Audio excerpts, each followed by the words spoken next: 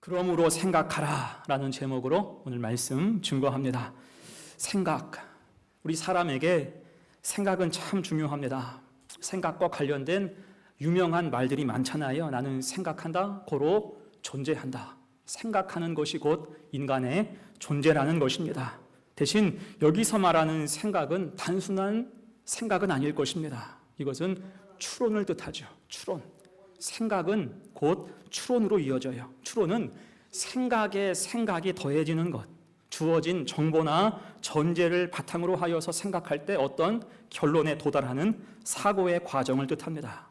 이를 통해서 생각하고 추론하는 것들을 통해서 사람은 어떤 일에 대해서 확신하기도 하고요, 계획하거나 예측하기도 하는 것입니다. 그래서 생각할 때, 추론하며 살아갈 때 삶에 깊이를 줄 수가 있는 거예요. 다만 이때 생각의 입력값이 중요하죠.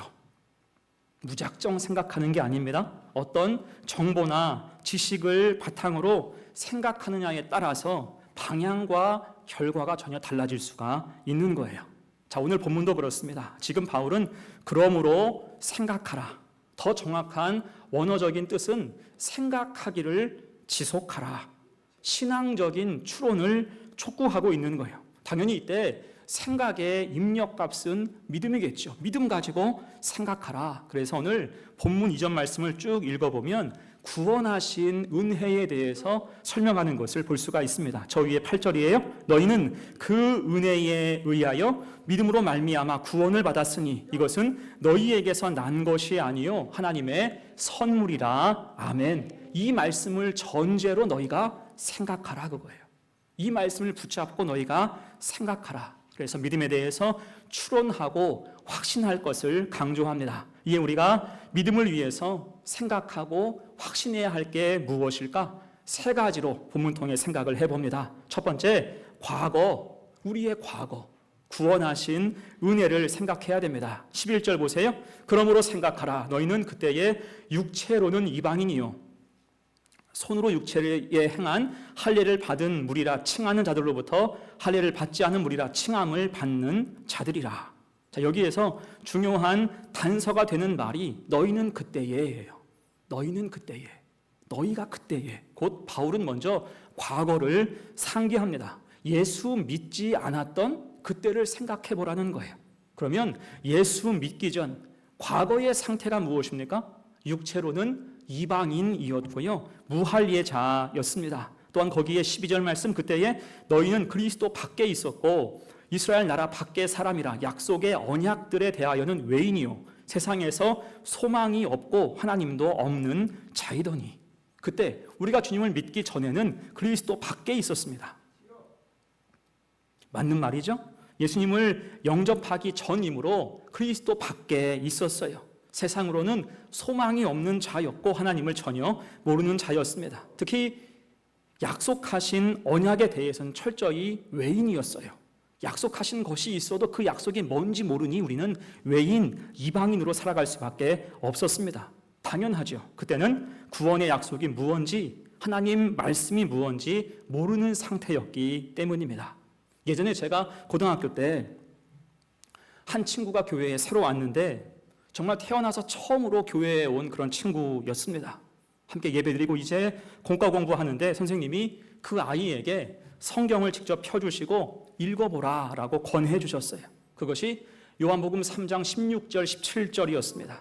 이때 그 친구가 그 성경을 어떻게 읽었을까요? 이렇게 읽었습니다. 16, 하나님이 세상을 이처럼 사랑하사. 17, 하나님이 그 아들을 세상에 보내신 것은. 잘 읽었지만 그 친구는 숫자를 붙여서 읽었어요.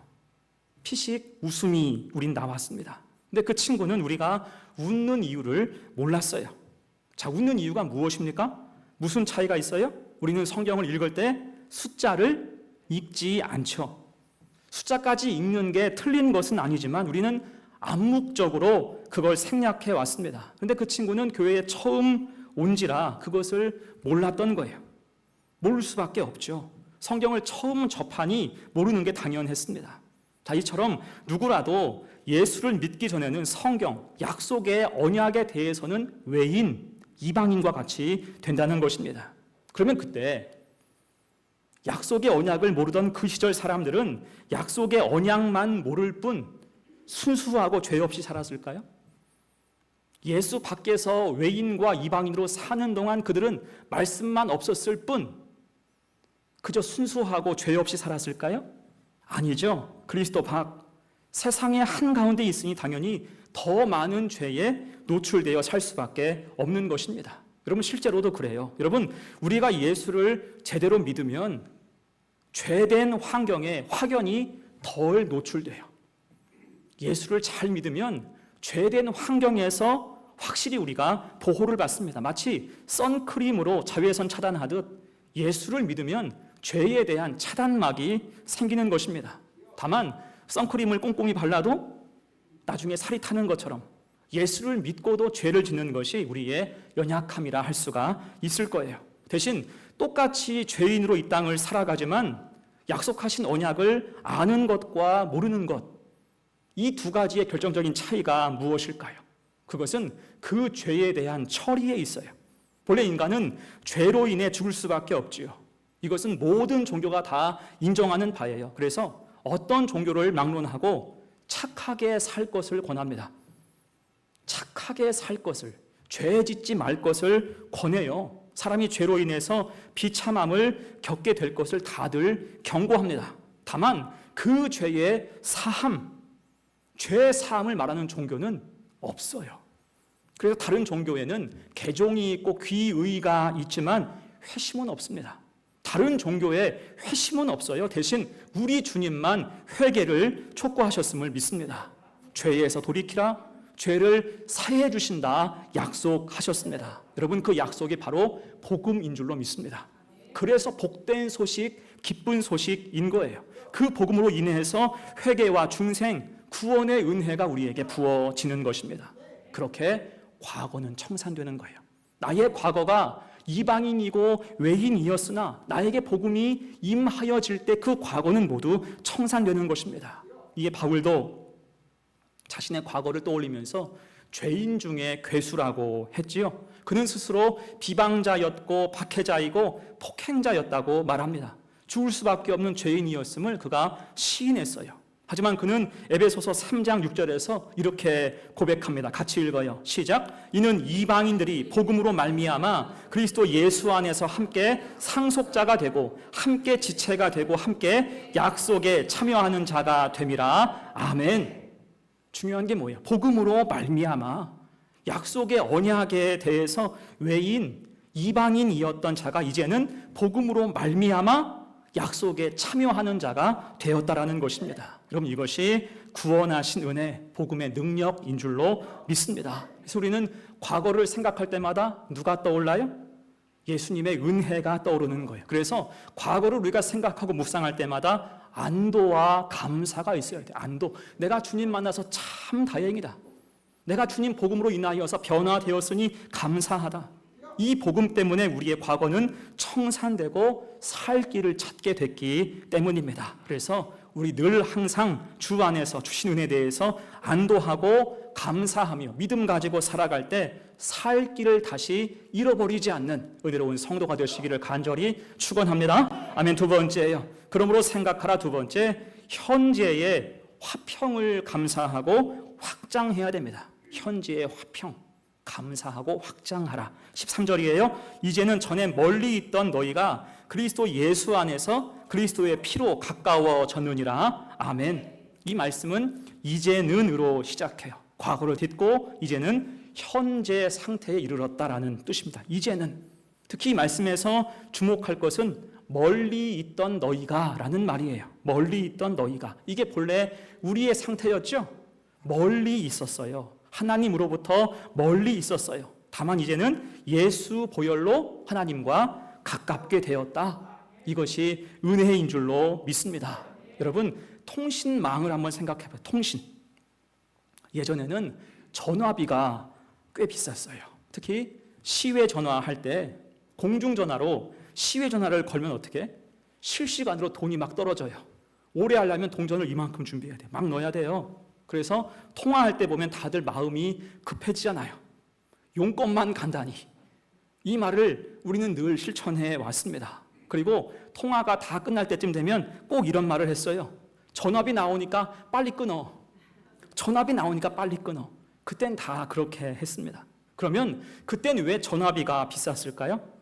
전부 유선 전화였기 때문이에요. 선을 일일이 다 깔아야 했어요.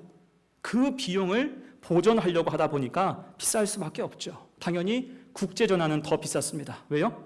국제전화는 저 해저 케이블 타고 연결하고 또 연결해서 가정까지 전화가 이어지기 때문이에요. 그 비용이 더 비쌀 수밖에 없습니다. 자, 지금도 그래요. 세계가 어떻게 지구촌으로 묶여서 이제는 인터넷으로 전화도 하고 정보도 교환할까요? 이걸 흔히 인공위성으로 한다라고 생각하는데 실제로는요 99% 해저 케이블로 연결해서 하는 것입니다. 이게 전 세계 해저에는 깔린 케이블의 길이가 지구를 30바퀴 이상 감는다는 거예요. 그 정도로 촘촘하게 해저에 통신 케이블이 깔려 있습니다. 엄청나게 깔려 있어서 어디든지 인터넷이 되는 거예요. 흔히 말하는 우리와 지구 반대편에 있는 나라가 남미 쪽에 있는 나라잖아요. 이를테면 우리가 후원하고 있는 파라과이, 그 나라는 아르헨티나와 브라질 사이에 끼어 있습니다. 인천에서 비행기로 가려면요 최저 30시간이에요. 최저 30시간, 최대는 60시간. 거의 사흘 동안 가야 되는 나라, 참으로 먼 나라입니다. 자, 그런데 그곳에서 사역하는 파라과이 선교사님과 저는 실시간으로 카톡을 주고받아요. 얼마 전에도 실시간으로 카톡을 주고받고 안부를 서로 물었습니다. 그렇게 해보면 멀리 있다는 생각이 전혀 안 들어요. 옆에 있는 것 같아요. 안부를 묻고 교회 상황을 묻고 하는 것이 멀리 있다는 생각이 들지 않습니다. 자, 그런데 희한하고 아이러니한 일이 있습니다. 그 먼 나라, 우리의 반대편에 있는 나라와는 통신되는데 가장 가까운 북한과는 아예 연락이 안 된다는 거예요. 어떤 노래 가사처럼 서울에서 광주 가는 것보다 평양 가는 게 가까워요. 광주보다 평양에 가깝습니다. 그런데 연락이 안 돼요. 또한 중국과도 정보 교류하는 게 쉽지 않습니다. 왜일까요? 그것은 거기서 통신을 끊고 차단하고 혹은 검열하기 때문이에요. 차단하니까 답이 없죠. 연락할 방법이 없는 것입니다. 여러분, 구원의 문제가 그와 같다는 거예요. 이것은 우리 힘이나 공로로 해결할 수가 없습니다. 애초에 그런 방법은 다 차단되어 있어요. 구원은 우리 힘으로, 우리 생각대로 결코 될 수 없다는 것입니다. 이에 대해서 주님은 누가복음 16장에서 부자와 나사로 이야기를 해주시죠. 오늘 요절 말씀 주보에 있는 누가복음 16장 24절 말씀입니다. 같이 읽어요. 시작. 너희와 우리 사이에 큰 구렁텅이가 놓여 있어 여기서 너희에게 건너가고자 하되 갈 수 없고 거기서 우리에게 건너올 수도 없게 하였느니라. 아멘. 이 말씀에서 핵심어가 무엇입니까? 제가 빨간 글씨 해놨죠? 천국과 지옥 사이에 뭐가 있다고요? 큰 구렁텅이가 놓여 있다는 거예요. 그리고 이것은 인력, 인격, 어떤 공로로 결코 해결할 수가 없습니다. 사람의 힘 가지고는 결코 건너갈 수가 없다는 거예요. 다 차단됐습니다. 대신 단 하나의 방법이 있어요. 그게 오늘 13절입니다. 같이 읽어요. 시작. 이제는 전에 멀리 있던 너희가 그리스도 예수 안에서 그리스도의 피로 가까워졌느니라. 아멘. 예수 안에서 그리스도의 보혈로 죄의 구렁텅이가 다 메워진다는 거예요. 곧 구원의 유일한 수단이 무엇입니까? 바로 예수 보혈, 예수 십자가임을 믿습니다. 자, 그렇게 주님의 은혜로 구원받은 우리가 현재 누리는 게 무엇일까? 한 단어로 하면 화평이에요. 그것이 바로 화평입니다. 구원받은 우리가 누리는 평안이 화평이에요. 곧 죄의 구렁텅이가 메워진 상태가 화평인 것을 여러분 기억하시기를 바랍니다. 14절 말씀이에요. 그는 우리의 화평이신지라 둘로 하나를 만드사 원수된 것 곧 중간에 막힌 담을 자기 육체로 허시고. 자, 그래서 우리는 누굽니까? 예수 보혈로 화평을 맛본 자예요. 화평을 맛보아서 죄의 구렁텅이가 다 메워진 것입니다. 그렇다면 이제 화평을 맛본 우리가 할 일이 무엇일까? 화평을 맛본 자, 화평한 자가 되었으니 이제는 화평을 전하는 자가 되어야 할 줄로 믿습니다. 그 말씀이 16절로 18절이에요. 또 십자가로 이 둘을 한 몸으로 하나님과 화목하게 하려 하심이라. 원수 된 것을 십자가로 소멸하시고 또 오셔서 먼 데 있는 너희에게 평안을 전하시고 가까운 데 있는 자들에게 평안을 전하셨으니 이는 그로 말미암아 우리 둘이 한 성령 안에서 아버지께 나아감을 얻게 하려 하심이라. 아멘. 곧 예수 보혈의 은혜로 우리가 화평을 이루었으니 이제 복음을 전하며 화평을 전달하며 살아가야 한다는 것입니다. 그래서 이 화평 가운데 세워진 것이 이 땅의 교회인 줄로 믿습니다. 우리에게 주신 화평을 받은 자가 모여서 세운 것이 교회라는 거예요. 이때 교회 안에는 원칙적으로 차별이 있습니까? 없습니까?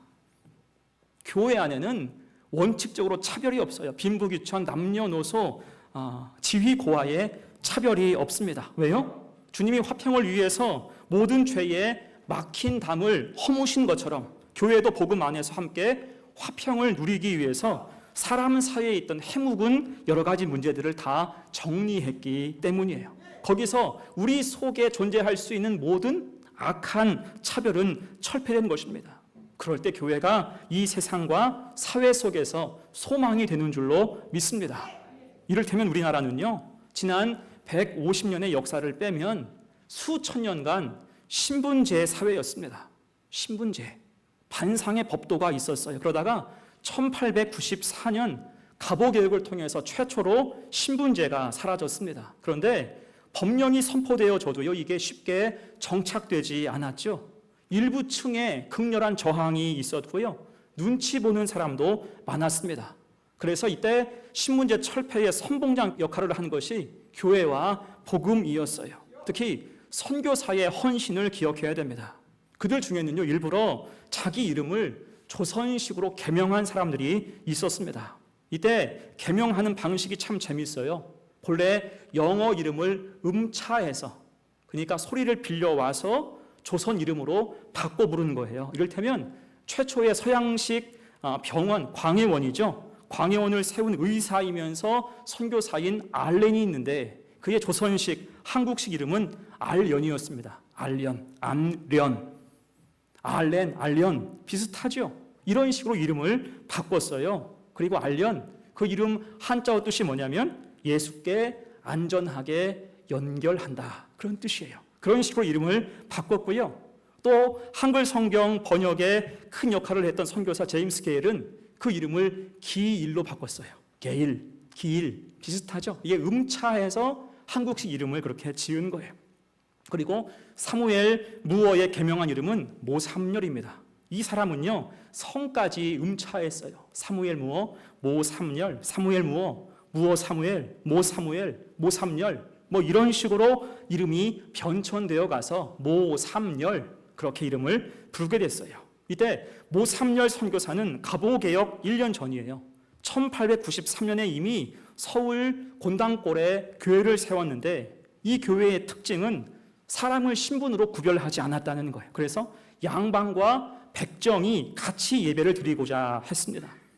당시로 따지면요, 파격적인 일이었어요. 당연히 반발이 가득했겠지요. 그런데 모삼열 목사는 끝까지 그 뜻을 전혀 굽히지 않았습니다. 그럴 때 교회는 양반과 지식인만의 교회가 아니라 백정과 천민도 함께 다닐 수 있는 모두의 교회, 가장 성경적인 교회가 될 수가 있었다는 거예요. 그 교회가 현재 서울에 있는 승동교회의 전신이 됩니다. 자, 그렇다면 여러분, 모삼열 목사는 왜 이렇게 했을까요? 편하고 쉽게 폼나게 그가 목회하려고 했으면 양반을 따로 모아놓고 목회하면 돼요. 그들에게 영어를 가르쳐주고 미국 문화를 전해주고 미국산 가베, 커피죠? 커피 한 잔씩 하면서 목회했다면 참 편하고 근사했을 것입니다. 그런데 그가 욕먹어가면서 백정과 천민까지 끌어안은 것은 오직 복음 때문이었다는 거예요. 복음, 그렇게 배웠기 때문에 주님이 그렇게 하셨듯 교회도 그렇게 해야 함을 그가 굳게 믿었기 때문입니다. 우리끼리의 친분과 화목, 화평이 중요한 게 아니라 죄의 구렁텅이를 다 메우신 주님과의 화평을 목적으로 그 힘든 길을 택했다는 거예요. 자, 그럴 때 그런 노력이 단지 맨 땅의 헤딩이었을까요? 스스로 열심히 하고 그냥 지쳐서 떨어져 나가는 그런 것이었을까요? 그런 노력 뒤에는 성령의 도우심이 있을 때 교회는 부흥케 된 줄로 믿습니다. 다시 17절, 18절 보세요. 또 오셔서 먼 데 있는 너희에게 평안을 전하시고 가까운 데 있는 자들에게 평안을 전하셨으니 이는 그로 말미암아 우리 둘이 한 성령 안에서 아버지께 나아감을 얻게 하려 하심이라. 아멘. 힘과 뜻을 다해서 순종할 때 성령이 부어지고 복음이 전해지며 화평이 확장되었다는 거예요. 나에게 주신 화평으로 말미암아 교회를 세워나갈 때 그 복음이 확장되면서 교회가 세워지고 교회와 교회가 화평을 이루며 이 땅 가운데 복음화의 은혜가 부어진 줄로 믿습니다. 그래서 우리도 주님의 구원하심으로 화평한 자가 되었으니 현재 누리는 은혜를 생각하면서 화평을 이루는 자가 되어야 할 줄로 믿습니다. 섬기고 사랑하며 복음을 전달해야 함이 마땅하다는 거예요. 그 위에 성령의 은혜와 도우심이 늘 풍성하기를 간절히 축원합니다. 아멘. 세 번째예요. 자, 마지막 세 번째. 그러므로 생각하라. 미래죠. 미래. 하나님 나라의 권속이 되라는 것입니다. 이제는 하나님 나라의 권속이 되라. 19절이에요. 그러므로 이제부터 너희는 외인도 아니요 나그네도 아니요 오직 성도들과 동일한 시민이요 하나님의 권속이라. 아멘. 자, 이 말씀에서도 중요한 말이 나와요. 그러므로 이제부터 너희는, 자, 그러니까 오늘 본문을 쭉 읽어보면 정확하게 시점이 구분되어 있어요. 볼펜 있으시면 동그라미 치세요. 11절에 그러므로 생각하라. 너희는 그때의 과거를 기억하라는 거예요. 또한 13절 이제는 현재를 뜻해요. 그리고 19절 그러므로 이제부터 너희는 미래를 생각하라는 것입니다. 그런 의미에서 과거 구원하신 은혜와 현재 누리는 화평을 깊이 생각하니 이제 미래에 이룰 일, 할 일이 있다는 것입니다. 그것이 19절이에요. 19절 같이 읽어요. 다시 시작. 그러므로 이제부터 너희는 외인도 아니요 나그네도 아니요 오직 성도들과 동일한 시민이요 하나님의 권속이라. 아멘. 한마디로 우리의 위상이 바뀌었다는 거예요. 과거에는 이방인이고 외인이었는데 이제 더는 외인도 아니고 나그네 이방인이 아닙니다. 우린 누구예요? 하나님의 권속이라는 것입니다. 여기서 권속은 식구, 가족을 뜻해요. 우리는 하나님 나라의 한 식구요, 한 가족 됐다는 것입니다. 가족이 뭐예요? 서로 돌봐주는 사람이잖아요. 운명 공동체가 됐다는 것입니다. 이에 바울은 그 뜻을 더 분명하게 하기 위해서 권속을 건축물에 비유해서 말씀합니다. 20절로 22절이에요. 너희는 사도들과 선지자들의 터 위에 세우심을 입은 자라. 그리스도 예수께서 친히 모퉁이 돌이 되셨느니라. 그의 안에서 건물마다 서로 연결하여 주 안에서 성전이 되어가고 너희도 성령 안에서 하나님이 거하실 처소가 되기 위하여 그리스도 예수 안에서 함께 지어져 가느니라. 아멘. 곧 우리는 모두 하나의 건물, 하나의 성전에 속해 있다는 것입니다. 이때 이 건물의 기초가 누구예요? 예수 그리스도. 주님께서 친히 모퉁이 돌이 되셨습니다. 그리고 그 아래 터전은 사도들과 선지자들의 헌신이 있었음을 또한 강조하고 있어요. 사실 주님 오시기 전에 사도 선지자들 얼마나 그 삶이 고단했습니까? 그걸 참고 이겨내면서 복음의 터전을 일구어 낸 것입니다. 자, 그렇게 교회는 시작되었고 복음을 전파하고 화평을 이루며 하나님의 거룩한 성전이 지어져 왔다는 거예요. 당연히 그러니까 우리 역시 이제는 하나님의 권속으로서 우리가 할 일은 그곳에 힘을 보태고 그곳을 보수하고 확장해 가며 함께 지어져 가야 한다는 것입니다. 곧 내 삶을 통해서 부여된 사명을 성실히 감당하며 착하고 충성된 종으로 살아갈 때 하나님 성전은 나를 통해서 더 견고하게 세워질 수 있다. 그러니 힘내서 이제는 믿음 가지고 살라 격려하는 것과 같습니다. 여러분, 현재 세계에서 가장 유명한 성당은 스페인의 사그라다 파밀리아 성당이죠. 성가족 성당, 일명 가우디 성당이라고 합니다. 이게 기가 막히게 잘 졌어요. 특이한 것은 그 성당을 최초 설계한 가우디라는 사람은 이미 1926년에 죽었습니다. 1926년에 죽었는데 지금까지 그 성당은 계속 공사 중이에요. 1882년에 처음 공사를 시작해서 이제 거의 150년째 짓고 있어요. 아직도 한 10년은 더 지어야 완공할 수 있다고 말을 합니다. 자, 그런데 생각해 보면 이게 이렇게 오래 지을 일인가 싶어요. 차라리 어떤 유명한 기업에게 맡기면 금방 할 수 있을 것 같아요. 현대 건축 기술은 탁월하잖아요. 우리나라 저기 서울에 130층짜리 롯데월드 타워도요 6년 만에 졌어요. 뚝딱뚝딱 지어내는 거예요. 그런 식으로 건축을 유명 기업에게 맡기고 또 돈이 부족하면 투자 받고 나중에 갚으면 쉬워요. 하지만 그들은 기업의 후원이나 어떤 투자, 특별한 건축 기술로 그 성당을 짓고 싶은 생각이 전혀 없음을 밝혔습니다. 철저히 그들은 과거의 방식으로 성도의 헌금과 티켓 판매 같은 순례객들의 기여금만으로 짓고자 했습니다. 그러니까 생각해보면 그 뜻이 참 귀해요.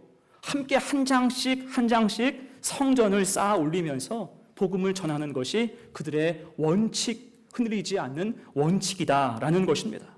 여러분, 우리도 그렇습니다. 내가 하나님 나라의 권속임을, 내가 주님께 속하여 있음을 우리는 언제나 잊지 말아야 할 것입니다. 그러니 누구랑도 비교할 필요가 없어요.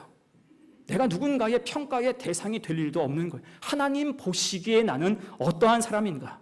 내 삶에 부여된 사명, 교회 안에서 내가 감당할 직분, 그 일에 최선을 다해 살아갈 때 나를 통해서 하나님 나라는 벽돌 한 장씩 한 장씩 올라갈 수 있어요. 그를 통해서 그 나라는 확장이 되고 22절 말씀처럼 그리스도 예수 안에서 함께 지어져 가게 될 줄로 믿습니다. 이것이 하나님의 권속된 우리가 할 일이라는 것입니다. 그렇게 더 열심히 하늘 소망 가지고 함께 자라가며 함께 지어져가는 우리 복된 교회와 성도 되시기를 간절히 축원합니다. 이제 말씀을 정리하고 마무리합니다. 우리 늘 생각해야 돼요.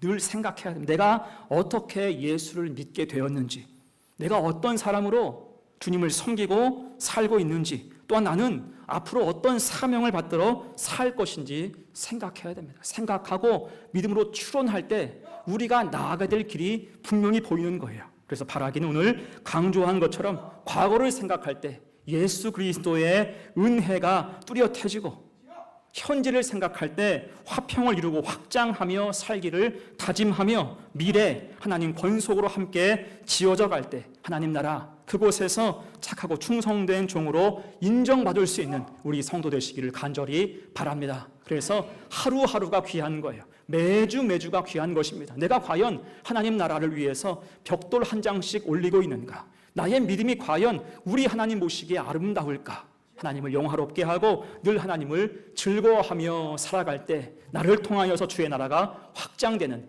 깊이 생각하면 할수록 오직 예수만 보이는 우리 성도들 다 되시기를 간절히 축원합니다. 아멘. 우리 함께